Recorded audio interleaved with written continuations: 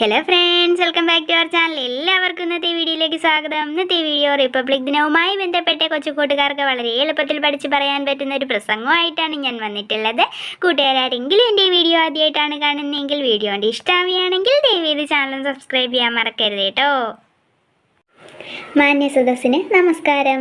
ബഹുമാനപ്പെട്ട അധ്യാപകരെ, പ്രിയ കൂട്ടുകാരെ, ഇന്ന് ജനുവരി 26 റിപ്പബ്ലിക് ദിനം. രാജ്യം 76ാം റിപ്പബ്ലിക് ദിനം ആഘോഷിക്കുന്ന ഈ വേളയിൽ എല്ലാവർക്കും എൻ്റെ ഹൃദയം നിറഞ്ഞ റിപ്പബ്ലിക് ദിനാശംസകൾ നേരുന്നു. ഇന്ത്യൻ ജനതയ്ക്ക് അഭിമാനിക്കാനുള്ള സുദിനം കൂടിയാണിത്. 1947 ഓഗസ്റ്റ് 15 ഇന്ത്യക്ക് സ്വാതന്ത്ര്യം ലഭിച്ചെങ്കിലും 1980 ജനുവരി 26 ഇന്ത്യൻ ഭരണഘടന നിലവിൽ വന്നതും ഇന്ത്യ ഒരു സ്വതന്ത്ര ജനാധിപത്യ റിപ്പബ്ലിക് രാജ്യം ആയതും.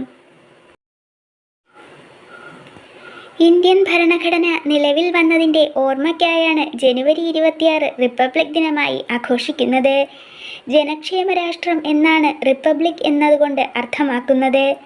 ജനപ്രതിനിധികളെ ജനങ്ങൾ തന്നെ തിരഞ്ഞെടുക്കുന്നു. ഇവിടെ പരമാധികാരം ജനങ്ങൾക്കാണ്.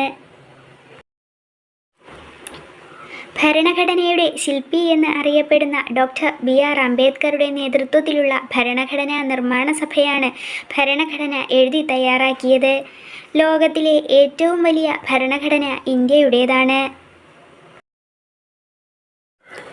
നാനാത്വത്തിൽ ഏകത്വമാണ് നമ്മുടെ ഭരണഘടനയുടെ ഏറ്റവും വലിയ പ്രത്യേകത. നമ്മുടെ ഭരണഘടനയെ ബഹുമാനിക്കുക എന്നത് നമ്മുടെ ഓരോരുത്തരുടെയും ഉത്തരവാദിത്വമാണ്. ഇന്നേ ദിവസം ഇന്ത്യയുടെ തലസ്ഥാന നഗരമായ ന്യൂഡൽഹിയിൽ വൻ സൈനിക പരേഡുകളും സാംസ്കാരിക പരിപാടികളും നടത്തപ്പെടുന്നു. സൈനിക പരേഡ് രാഷ്ട്രപതി ഭവനിൽ തുടങ്ങി രാജ്പഥിൽ കൂടി ചരിത്ര പ്രസിദ്ധമായ ചെങ്കോട്ടയിൽ അവസാനിക്കുന്നു. നമ്മളെല്ലാവരും നമ്മുടെ രാജ്യത്തിൻ്റെ ഐശ്വര്യത്തിനും വികസനത്തിനും സമാധാനപരമായ നടത്തിപ്പിനും വേണ്ടി പരിശ്രമിക്കേണ്ടതുണ്ട്. നമ്മുടെ രാജ്യത്തെ ഒരു മികച്ച രാജ്യമാക്കി മാറ്റുവാൻ നാം ഓരോരുത്തരും ശ്രമിക്കേണ്ടതാണ്. നമ്മുടെ ഭരണഘടനാ ശില്പികളെയും സ്വാതന്ത്ര്യ സമര സേനാനികളെയും ഒരു നിമിഷം നമുക്ക് സ്മരിക്കാം. ഇത്രയും പറഞ്ഞുകൊണ്ട് ഞാൻ എൻ്റെ വാക്കുകൾ നിർത്തുന്നു. നന്ദി, നമസ്കാരം. ജയ് ഹിന്ദ്, ജയ് ഭാരത്.